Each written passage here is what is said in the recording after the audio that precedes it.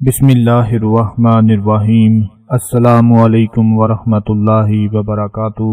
قرآن پاک میں آج میں آپ کو ایسے الفاظ کے بارے میں بتانے جا رہا ہوں کہ جن کو اللہ تعالیٰ خود سنتا ہے۔ نبی پاک صلی اللہ علیہ وآلہ وسلم نے ارشاد فرمایا کہ جب بندہ پڑھتا ہے تو اللہ پاک اس کو خود اپنے کانوں سے سنتے ہیں۔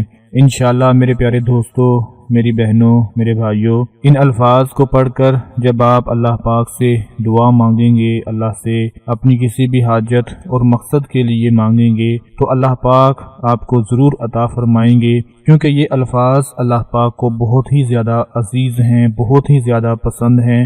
اللہ پاک خود ان کو سنتے ہیں اور خوش ہوتے ہیں، اور جب اللہ تعالیٰ خوش ہوتا ہے تو پھر وہ خوشی میں اپنے بندے کو سب کچھ نواز دیتا ہے۔ جیسا کہ قرآن پاک میں ہے، اللہ پاک نے خود فرمایا کہ قرآن رحمت اور شفا ہے۔ لیکن دوستو، بڑے افسوس کے ساتھ کہنا پڑتا ہے کہ آج ہمارا کیا حال ہو چکا ہے۔ ہم بیماریوں کے علاج کے لیے ڈاکٹروں کے پاس تو چلے جاتے ہیں، لیکن قرآن پاک کو کھول کر نہیں دیکھتے۔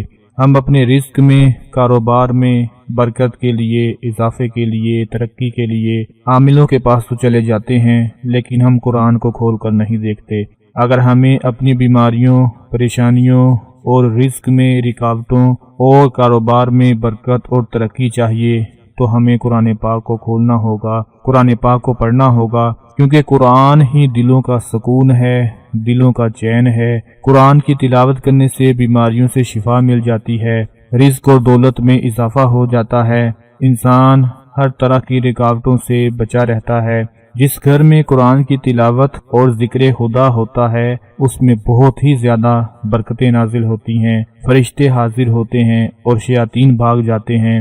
آسمان والوں کے لیے وہ گھر اس طرح چمکتا ہے جیسے زمین والوں کے لیے رات کو ستارے چمکتے ہیں، اور جس گھر میں قرآن کی تلاوت نہیں ہوتی، اللہ کا ذکر نہیں ہوتا، اس گھر سے برکت ختم ہو جاتی ہے، وہاں سے فرشتے بھاگ جاتے ہیں اور شیاطین آ جاتے ہیں۔ پیارے دوستو، ایک صحابی تہجد میں قرآن کی تلاوت فرما رہے تھے کہ حضور پاک صلی اللہ علیہ وآلہ وسلم کا گزرنا ہوا اور قرآن کی آواز آپ کو آئی، اور وہ آواز سن کر آپ رک گئے اور کافی دیر تک قرآن کی تلاوت سنتے رہے جو صحابی تلاوت فرما رہے تھے۔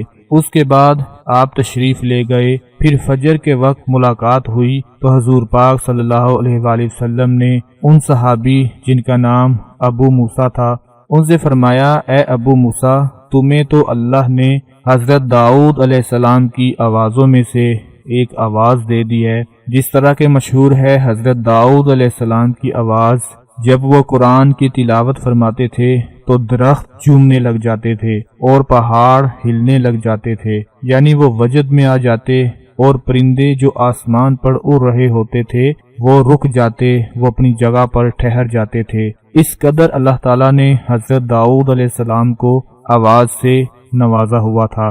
دوستو، قرآن پاک میں 4 الفاظ ایسے الفاظ ہیں جو اللہ کو بے حد پسند ہیں۔ ان کو اگر کوئی بندہ پڑھ لیتا ہے، ان کو اپنی زندگی کا حصہ بنا لیتا ہے، ان کی تلاوت کرتا رہتا ہے تو دنیا کی ہر حاجت اس کی قبول ہو جاتی ہے، ہر مقصد پورا ہو جاتا ہے، کوئی بھی پریشانی اس کے نزدیک نہیں آتی، گھر سے بے برکتی ختم ہو جاتی ہے، برکت ہی برکت آنا شروع ہو جاتی ہے۔ قرآن پاک کے وہ 4